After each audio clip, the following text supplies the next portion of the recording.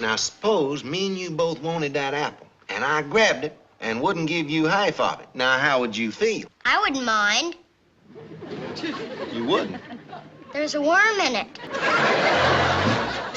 The Andy Griffith Show aired for 8 seasons here on CBS back in the 60s.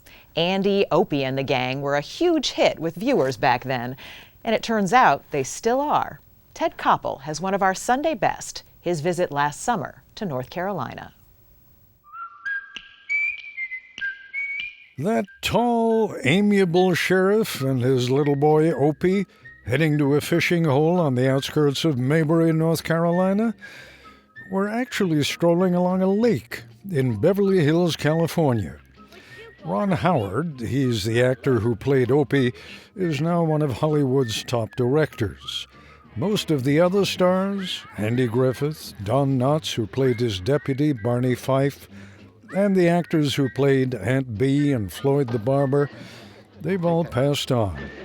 After all, it's been 54 years since Andy left the show, so it may come as something of a surprise to learn that Mayberry is doing just fine, even though its actual name is Mount Airy, and its only genuine link to the Andy Griffith Show is that Andy was born and grew up here.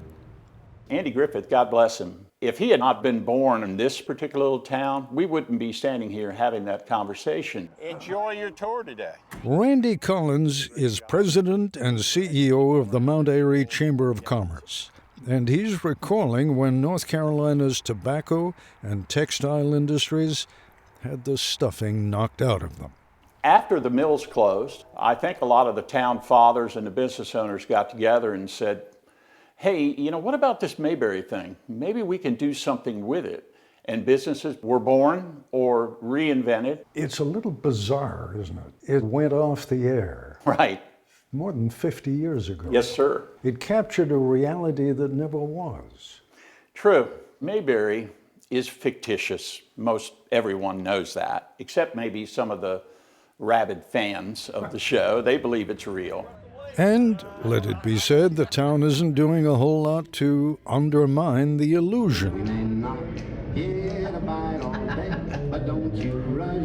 Stop by at Wally's filling station and you can get a ride around town in a vintage Ford Galaxy squad car. These days there's a whole fleet of them carting tourists around town. We are constantly looking at other ways that we can promote the community because we know the Mayberry generation won't be here forever. But now with streaming television, Andy will be forever with us, and we hope a younger generation will pick it up. As if on cue, the Foster family from Pomeroy, Ohio showed up. Watch it 4 hours, Yeah, Monday 4 through hours. Friday. Yeah. It's no exaggeration to say that this recreation verges for the Fosters on being a national monument. You watch the Andy Griffith Show 4 hours a day? More than that.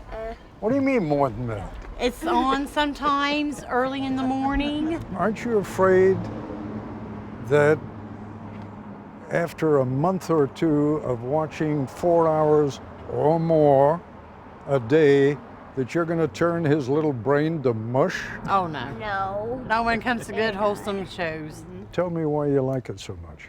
Good, clean comedy. Yeah, fun. good, clean comedy. Has morals, values. You don't see that a lot today in TV.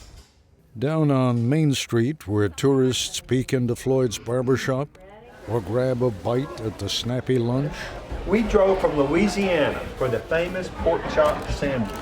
That is so good. you hear the same theme. Y'all missing out on this. Kind of messy, but it's delicious. I think the generations now long for that simplicity of the episodes of Andy being real with his son about stealing or doing the right thing. And as a godless society that we see today is longing for simple life. Back when neighbors were neighbors and they provided for everybody else. What do you see, Mr. Koppel? Let me flip it back on you. I know you're doing this, Sure. but what do you see? What you're saying is true of certain people. If you were black in the 60s, things were not all that good for you. If you were a Vietnam vet coming back, Spit on and hated. things were not all that good for you. Down in the valley, valley so low. What actually happened during the years the program first played? The world seems to have veered off, at least for the moment, the collision course toward global annihilation. From Dallas, Texas, the flash, President Kennedy died at 1 p.m. Allied casualties are high. 232 Americans killed. We, the Negro citizens of Dallas County, are marching today from Selma to Montgomery. Those events never intruded inside Mayberry's imaginary town limits. Can you give me a ride home, Pa? Oh, I can't, son. Barney's got the squad car, and he's off on a very important mission. Mayberry is where more than 30 million Americans a week went to escape reality, which is why it's strange to find so many people half a century later searching for what made America great in a copy of a town that never was. You folks gonna have to stand up off the curb so you won't get your toes run over. And as Randy Collins of the Chamber of Commerce acknowledges, African Americans were all but invisible on the Andy Griffith Show. There were very few speaking parts. One. Okay, Opie, take over quarterback position. Okay, let's go. If you watch closely in the crowd scenes, I think Andy and others on the show pushed to make sure that there were people of color in the crowds. But you have to look closely. Maggie Rosser is in her 90s now. She and her younger brother and sister were all born here, left, and returned. I moved back here 1973.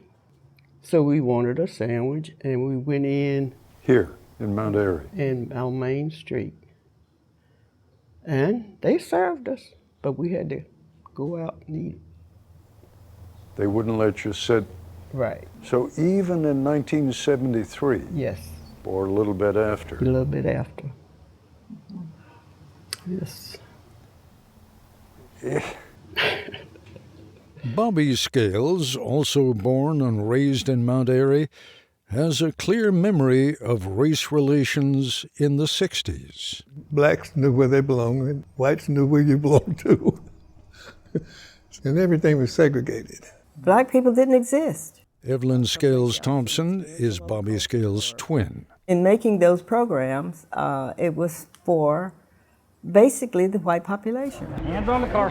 She believes she understands the ongoing popularity of the program. It's appealing to people who are not familiar with small towns. And what Andy has projected is a quiet, peaceful town with everybody happy. And everybody's looking for peace. So Mayberry, Mount Airy, good place to live? It's a good place. If it were not home, I would not be here. Unwrap that for me. I mean, you know, your home is where you make it. Yes, but not where you were born and your memories and family. But if your memories are mostly memories of being treated as the lesser, why would you want to stay? Well, I wasn't treated as a lesser in my family. I have family history. Our property is there and memories of childhood is still very strong. I'm very satisfied at being retired in the place where I grew up. Somehow Mount Airy becomes more complex with each conversation that I have. I bet. Yes, indeed. Mount Airy is a place where fantasy and reality intersect. If I wave the political thermometer across the forehead of Mount Airy, right, do people here believe that Joe Biden is the legitimate president? That's a good question. Our former president had a lot of support here. If you took a poll, that would probably not lean in our current president's favor. As for the visitors, for $20 a pop, they get to ride on a trolley car tour of Mount Airy. Sometimes a fella in a deputy's uniform, and he does look a little like Barney Fife, rides along. The Elvis impersonator was an unexplained bonus. Thank you very much. As was the entire crew from CBS Sunday Morning. Now, I know you came here to have a good time and not to talk politics, but let me just ask you, as a matter of curiosity, how many of you think we had a fair election? No way. I saw 2 hands go up, so is it fair to say the rest of you think that it was not a fair election? No, it wasn't. I don't think it was at all. Was it a fair election? By no means. Because? I think there was a lot of voter fraud. It's done been proven. There's been people that's voted that's been dead 50 years. I think it's more the mail-in ballots. You don't know how much of those that were duplicated, triplicated, the whole bit. Look how many dead people voted for Biden. One question. It's a serious question, and I know you all will take it seriously. Tell me what you think happened on January 6th at Congress. They showed truckloads of people that they were bringing in for this. It was all staged, and that's how that started. They even showed pictures of it on the news about these vehicles coming in with all these BLM people. Yes, sir. You were starting to say. Disgrace on our country. Whose fault was it? One writer did blame Donald Trump, but he was in a distinct minority. I think it was staged. We've been to a lot of the Trump rallies. I don't understand why they're focusing so much on that one issue when there's so many cities that are being burned down every day by protesters. It's supposed to be peaceful, but it's all focused on holding these 2 people. Murder, kill everybody that was there. Yeah. Hang them in jail. Put them in jail. We don't even watch news on TV anymore. We got away from it. We don't feel like that we are being told the truth. No. Mm-hmm. And we find our truth in other ways, and I won't say what those other ways are, but I feel like we're not being told the truth because we're trying to be swayed in a direction that we know is not the right direction. I won't be offended. I've been a journalist all my life. When President Trump talked about the press being the enemy of the people. They are. And I love President Trump. I love that man. I do. I just hope when this airs, it won't show Southerners as a bunch of dumb idiots like so many parts of the country do. We have a lot of love in our hearts. We love our country. We love our fellow man. And if the rest of the country felt like that, it would be a better place. Mr. Koppel, can I say something? Sure. This conversation about politics and division is what people come here to get away from. We don't care what color you are. We don't even care what your politics are. Yep. We just want to be good neighbors and treat everybody alike. And that's why they're coming here. Yep. That's what America should be. That's what America should be. That's what America should be. And when the script was written in Hollywood, that's the way it was.